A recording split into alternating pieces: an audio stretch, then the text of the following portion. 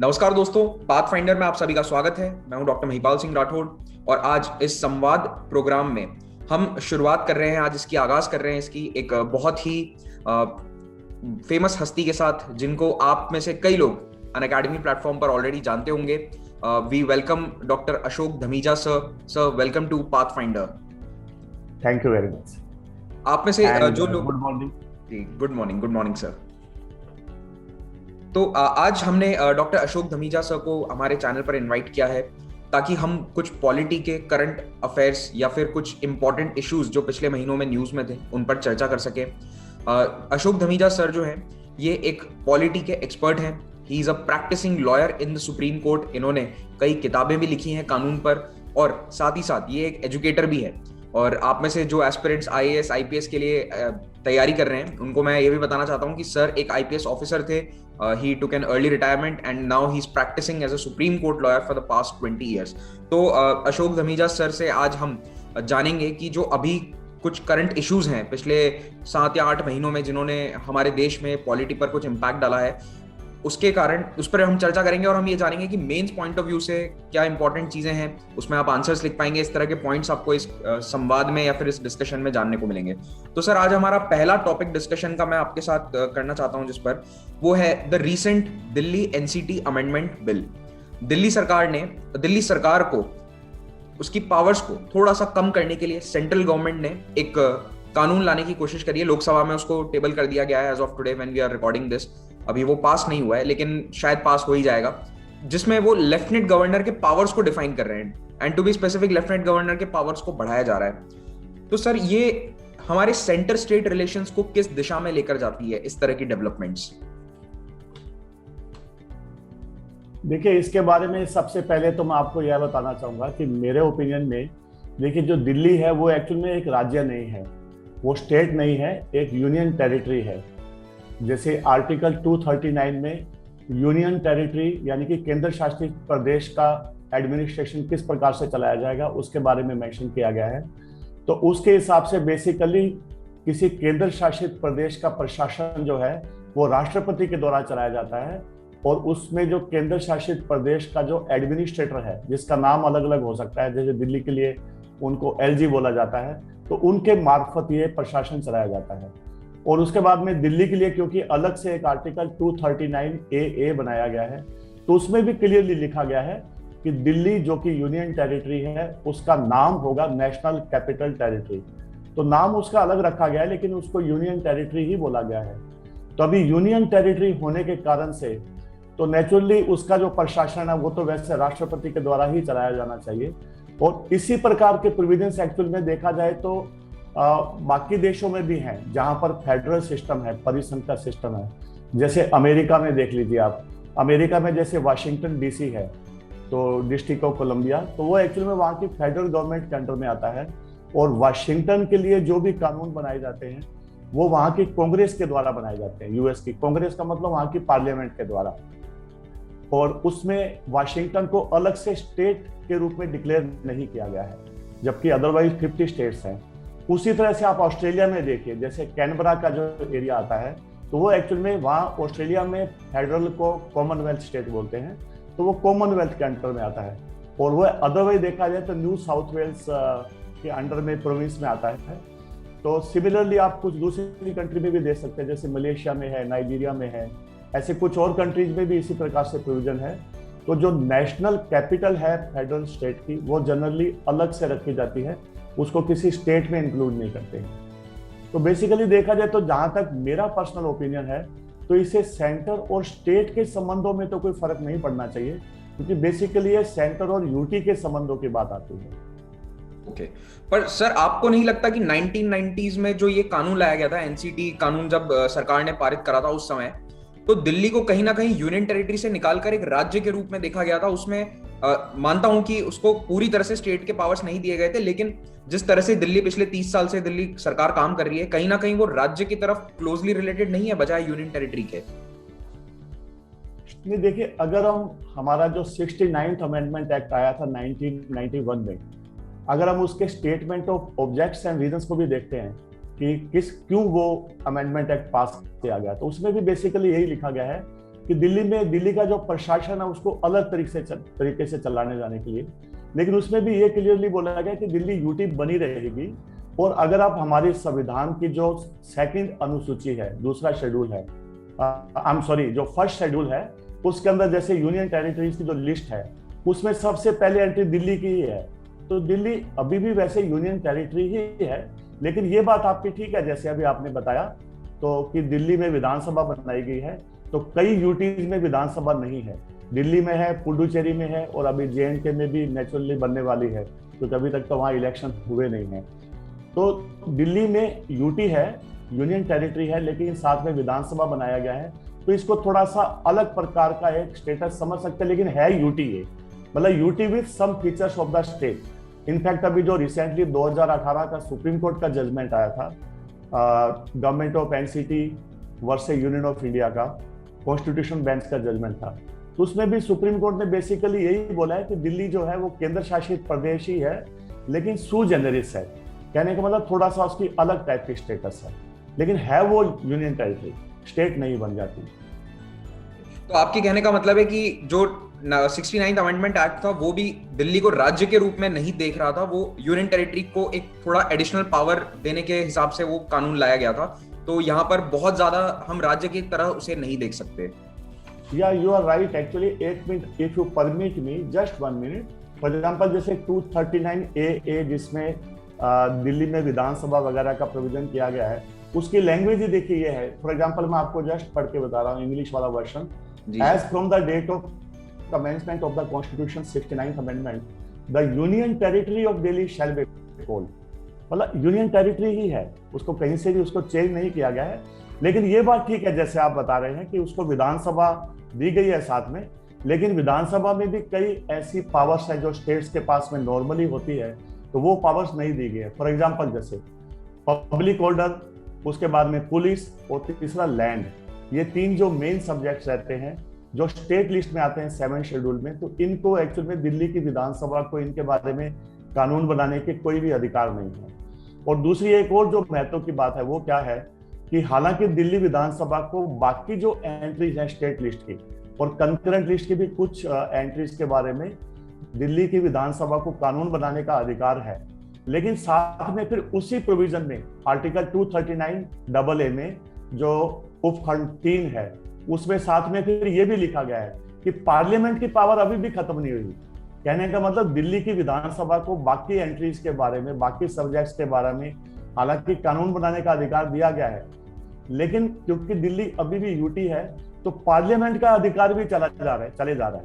Parliament का अधिकार खत्म नहीं किया गया है। अगर आप मुझे परमिशन देंगे जस्ट 1 मिनट, तो मैं हिंदी वाले में से आपको just please give me 1 minute, तो मैं हिंदी वाले में से रेलेवेंट पार्ट जो है देखिए, इसका जो उपखंड 3 है आर्टिकल 239 का, उसमें बेसिकली क्या बोला गया है कि उपखंड क्या कि किसी बात से संघ राज्य क्षेत्र या उसके किसी भाग के लिए किसी भी विषय के संबंध में इस संविधान के अधीन विधि बनाने की संसद की शक्ति का अल्पीकरण नहीं होगा। मतलब दिल्ली को बाकी सब्जेक्ट्स में पावर देने के बावजूद, विधानसभा को पावर देने के बावजूद पार्लियामेंट की पावर फिर भी मेंटेन रहेगी। तो 3 सब्जेक्ट्स में तो पार्लियामेंट की पावर है ही है, उसमें तो दिल्ली की विधानसभा को पावर दी ही नहीं गई, लेकिन जो बाकी सब्जेक्ट जो दिल्ली की विधानसभा को दिए गए हैं उनमें भी पार्लियामेंट की पावर अभी भी है। और उसके बाद में फिर जो साथ में स्पष्टीकरण भी लगाया गया है उसमें है कि अगर पार्लियामेंट के द्वारा कोई कानून बना दिया जाता है इन बाकी सब्जेक्ट्स पर भी, तो पार्लियामेंट का कानून एक्चुअली सुप्रीम माना जाएगा विधानसभा के कानून के बजाय।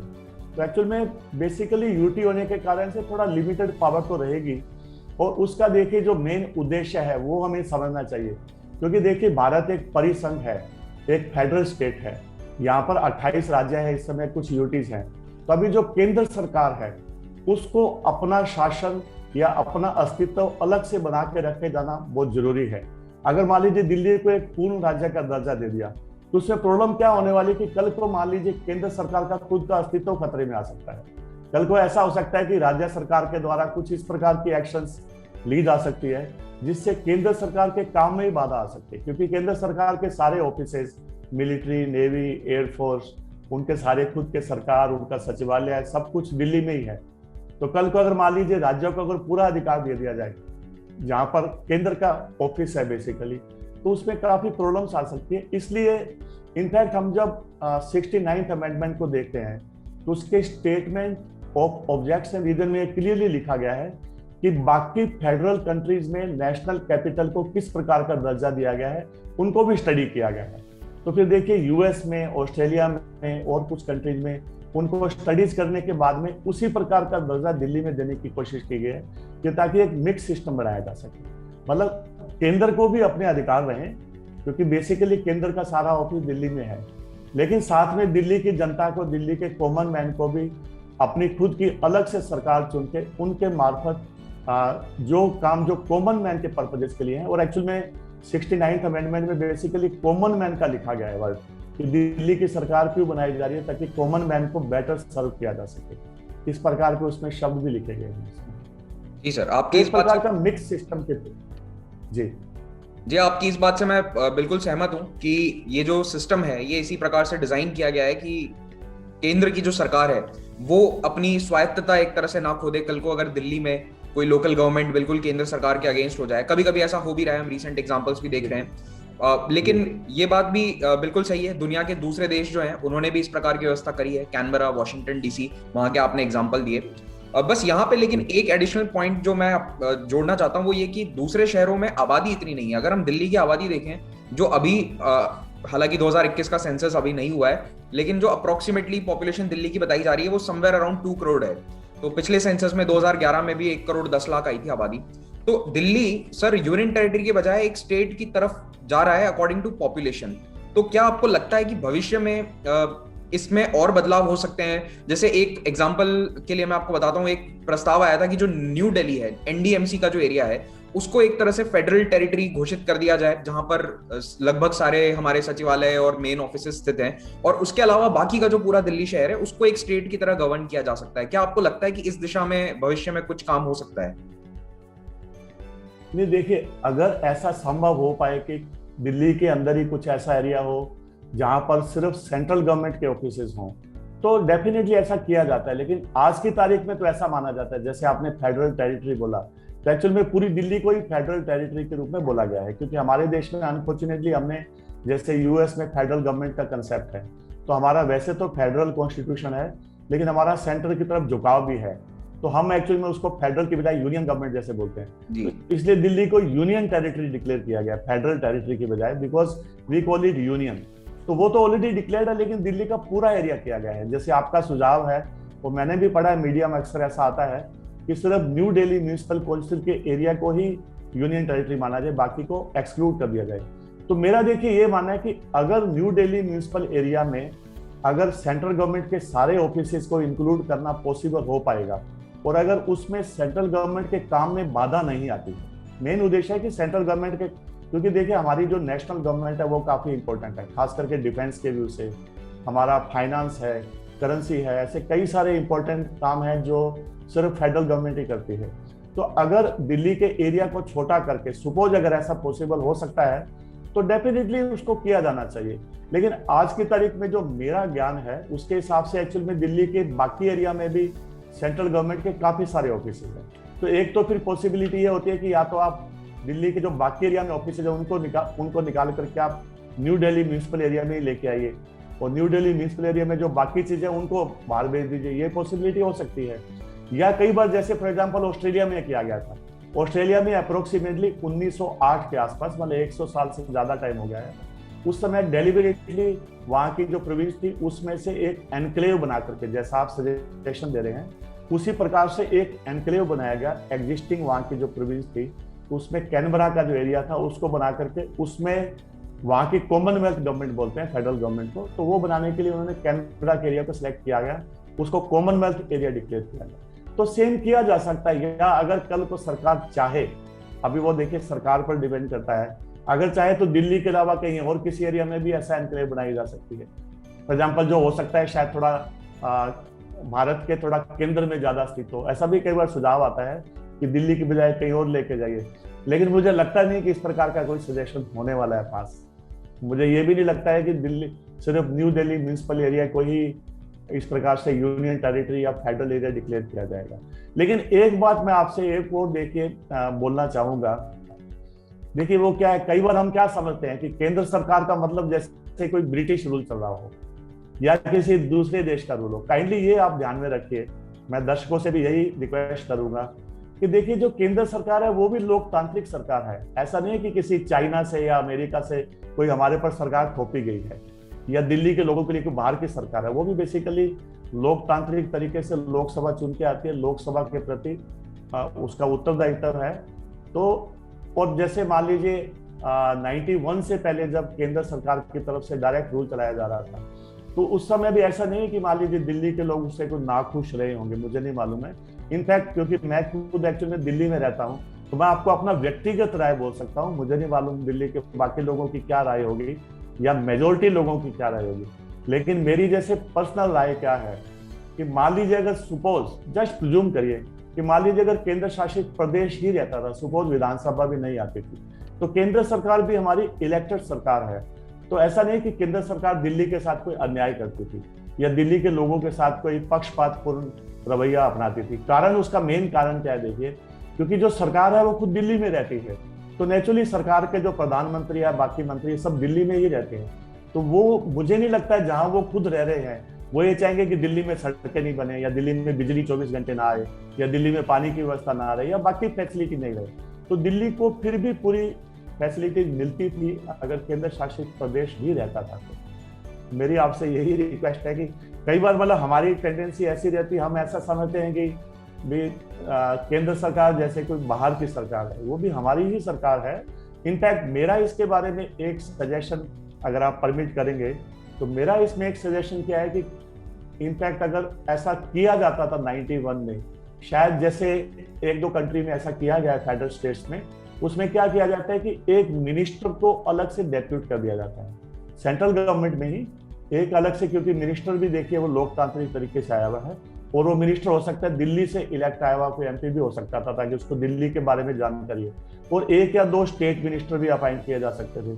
तो वो दिल्ली के जैसे एक कैबिनेट रैंक का मिनिस्टर, एक या दो स्टेट रैंक के मिनिस्टर, तो दिल्ली एरिया को लुक आफ्टर कर सकते थे। लेकिन in their own wisdom parliament ने 69th अमेंडमेंट करके अलग से विधानसभा बनाई और उसके बाद में काफी सारी पावर्स दी गई हैं। तो नेचुरली उसमें भी सामंजस्य रख करके कोऑपरेशन के साथ में दोनों गवर्नमेंट्स को बिहेव करना चाहिए। और इसमें जो बेसिक कंट्रोवर्सीज आती है, देखा जाए अगर मैं शायद थोड़ा ज्यादा टाइम दे रहा हूँ ऐसा लगता है मुझे। देखिए क्या है, हाँ जी, देखिए क्या है बेसिकली, इसके पहले जैसे 2013 के पहले 15 साल तक कांग्रेस की गवर्नमेंट थी दिल्ली में, तो उस समय मेरे ख्याल में इस प्रकार की कंट्रोवर्सी नहीं आई थी, क्योंकि शायद सेम गवर्नमेंट खास करके 2004 से लेकर के 2013 के बीच में सेंटर में और स्टेट दिल्ली में दोनों में एक ही गवर्नमेंट थी, तो इतनी कोऑर्डिनेशन की प्रॉब्लम नहीं थी। शायद जब अलग अलग पार्टी रूल करती है तब थोड़ा इस प्रकार की प्रॉब्लम आ रही है। तो मेरा इसमें यही सजेशन है कि एग्जिस्टिंग सेटअप में भी ऐसा नहीं है कि सरकारें दोनों साथ में नहीं चलाई जा सकती, क्योंकि थोड़ा सा एलजी को भी अपनी जिम्मेदारी समझनी होगी, सेंट्रल गवर्नमेंट को भी समझनी होगी। अगर आपने विधानसभा बना रखी है, दिल्ली की सरकार बना रखी है जो कि दिल्ली के लोगों द्वारा चुन के आती है, तो जो सब्जेक्ट्स उनके पास दिए गए हैं वो उनको चलाने दीजिए।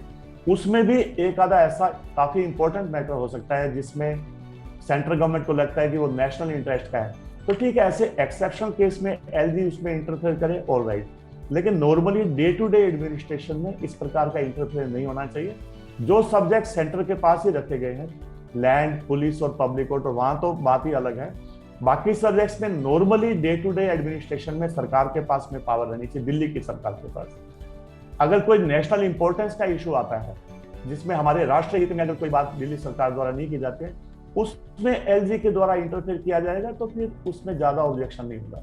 अगर आप देखेंगे, अगर तो देखिए इवन राज्यों में भी जो पूर्ण राज्य है वहां पर भी देखिए, अगर मान लीजिए राज्य के विधानमंडल के द्वारा कोई ऐसा कानून पास किया जाता है जिसमें राष्ट्रहित के अगेंस्ट में कोई बात जा रही हो, तो उसको गवर्नर के द्वारा राष्ट्रपति के लिए रिजर्व रखा जाता है। ऐसा स्पेसिफिक प्रोविजन है कॉन्स्टिट्यूशन में। अगर कोई राष्ट्रहित के अगेंस्ट में अगर कोई कानून पास करती है कोई राज्य का विधानमंडल, तो उसको भी रिजर्व रखा जाता है। तो सिमिलरली नेचुरली फिर दिल्ली में भी ऐसा किया जा सकता है, लेकिन हर बात पर एलजी द्वारा इंटरफेयर नहीं किया जाना चाहिए। तो परहैप्स फिर ये सिस्टम परफेक्टली काम कर सकता है। जी सर। तो बिल्कुल ये जो दिल्ली वाला अभी मुद्दा है, आई एम श्योर कि इस साल के जो एग्जाम्स आएंगे पॉलिटी से संबंधित सवाल है उनमें ये मुद्दा आएगा। इसीलिए मैं एस्पिरेंट से रिक्वेस्ट करता हूँ कि आप जो आर्टिकल 239 AA है उसके बारे में पढ़ें, कॉन्स्टिट्यूशनल अमेंडमेंट था उसके बारे में भी पढ़ें, और इस तरह की जो चर्चाएं होती हैं थोड़ा उन पे भी ध्यान दें, क्योंकि इससे आप मेंस के आंसर्स को थोड़ा बेहतर अपना लिख पाएंगे। सर हम अब एक और मुद्दे पर आते हैं, नेक्स्ट टॉपिक जो पॉलिटी से थोड़ा सा रिलेटेड है, और मुझे लगता है कि ये काफी इंपॉर्टेंट इशू हो सकता है आने वाले एक दशक में। हमने ये देखा कि पैंडेमिक के दौरान दुनिया में सब जगह जब देशों में लॉकडाउन लगा हुआ था तो कई देशों ने अपनी पार्लियामेंट के सेशंस कंडक्ट किए ऑनलाइन, लेकिन कई देशों ने नहीं किए। जैसे हमारी पार्लियामेंट ने कुछ सेशन को कैंसिल कर दिया था ड्यू टू दी पैंडेमिक, लेकिन अभी हम देख रहे हैं कि जैसे बजट सेशन जो है वो चल रहा है, तो केसेस अभी भी हैं लेकिन बजट सेशन अभी चल रहा है, तो एक कहीं ना कहीं थोड़ा सा रिस्क बना रहता है कि हमारे जो मेंबर ऑफ पार्लियामेंट है वो एट रिस्क हैं।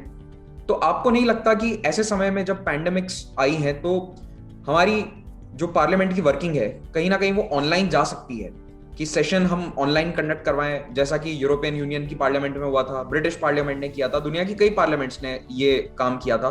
तो क्या ये आईटी बेस्ड जो ऑर्गेनाइजेशन है ये भारत की पार्लियामेंट को ऑनलाइन नहीं ले जा सकते? नहीं, मैं आपकी बात से पूर्ण रूप से सहमत हूँ। एक्चुअल में होना चाहिए ये, क्योंकि ये आज तो चलो एक आधी बार फिर भी कि कोरोना वायरस ठीक है थोड़ा सा अभी कंट्रोल में आ गया है, हालांकि अभी पिछले 15-20 दिन से फिर काफी नंबर बढ़ रहा है और कल शायद 39,000 का फिगर अप्रोक्सीमेटली आया है। जी सर। तो लेकिन फिर भी पहले जैसे 97,000 तक पहुंच गया था कोरोना का नंबर, तो एक बार उसमें काफी मतलब रुकावट आई है उसमें कोरोना के प्रसार में। लेकिन भविष्य में इस प्रकार की थ्रेट कभी दोबारा नहीं आएगी, इसके बारे में हम कुछ बोल नहीं सकते हैं।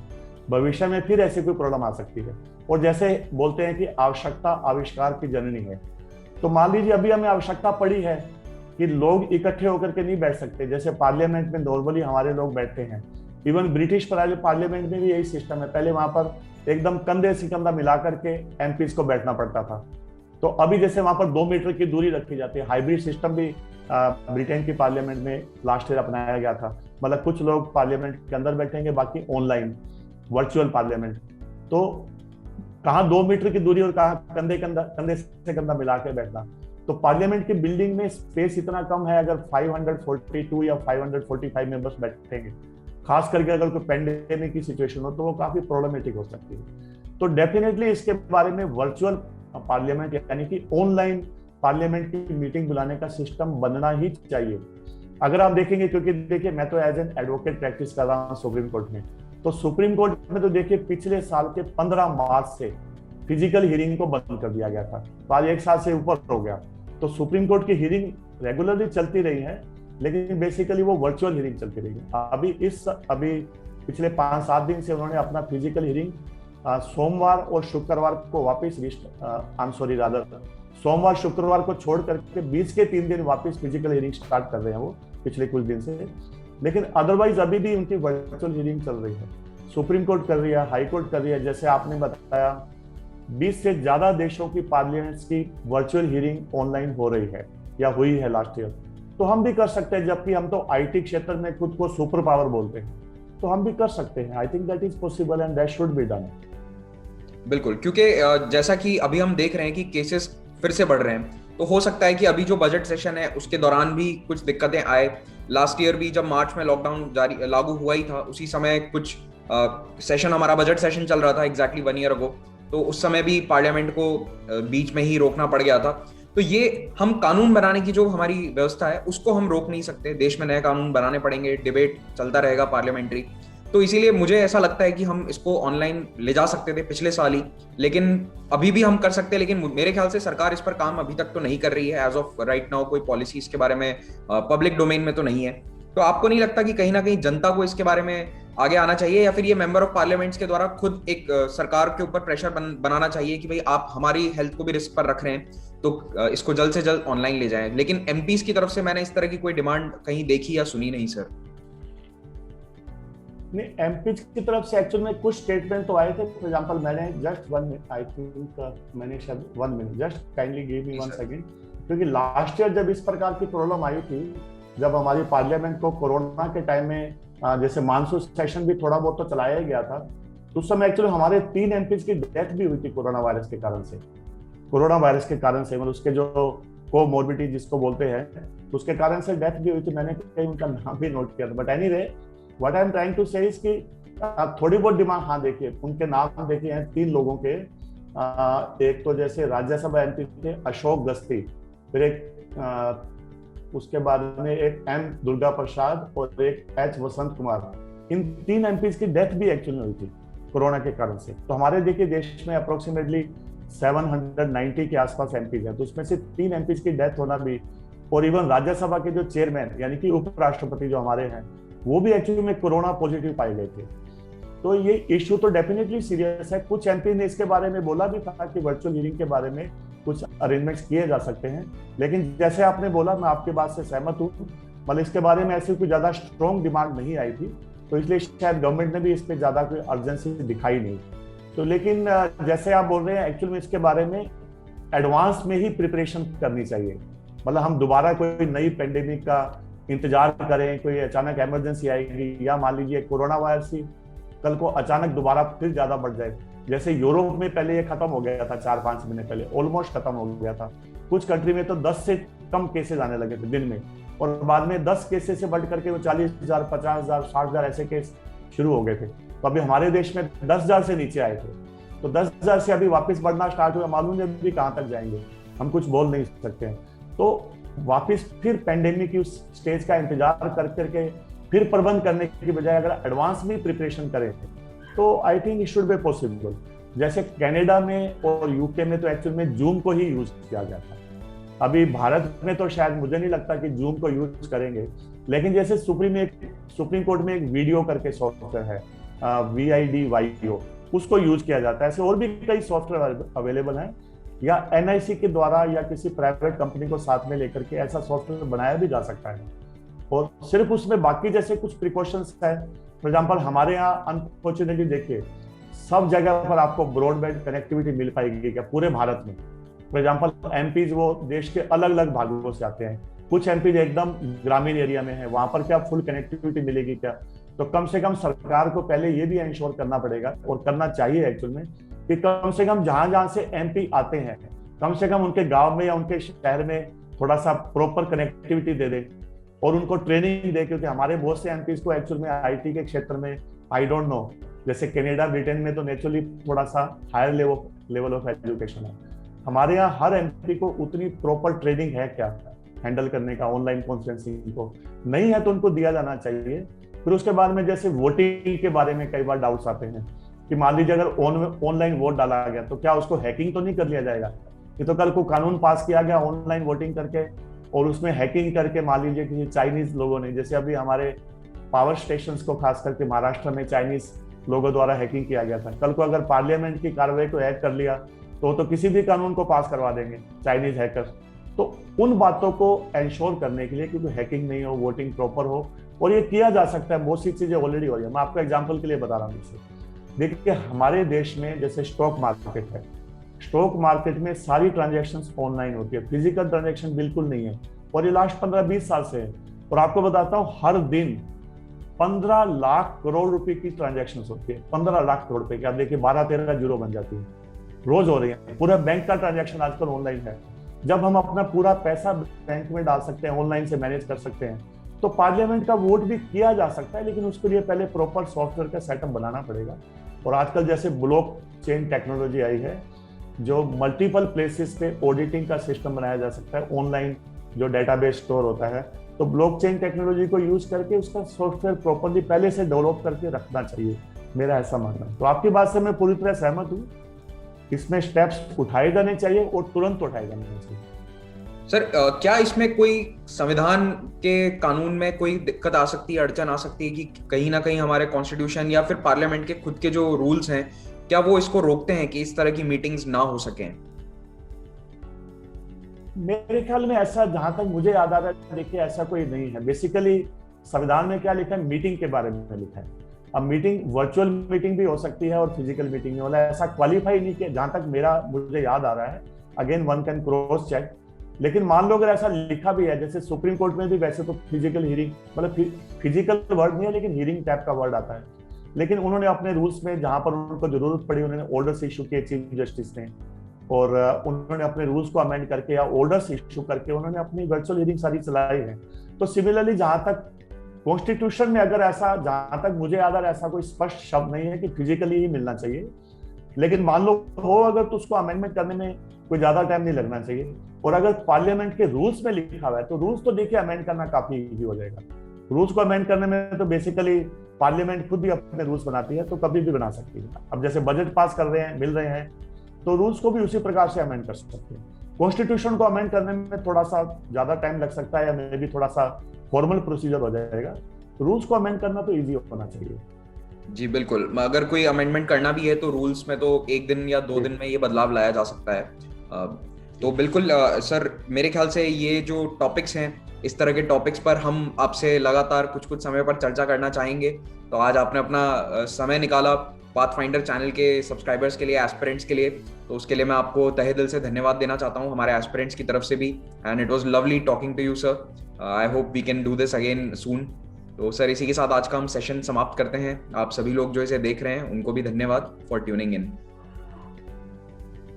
धन्यवाद महिपाल जी, आपको भी काफी धन्यवाद, आपने मुझे बुलाया, मैं आपका आभारी हूँ। और आपके जो दर्शक हैं उन सबको मेरी तरफ से शुभकामनाएं, उनके एग्जाम की प्रिपरेशन के बारे में तथा उनको एग्जाम में सफलता मिले, इसके बारे में मेरी हार्दिक शुभकामनाएं। और thank you very much Mahipal ji. Thank you sir.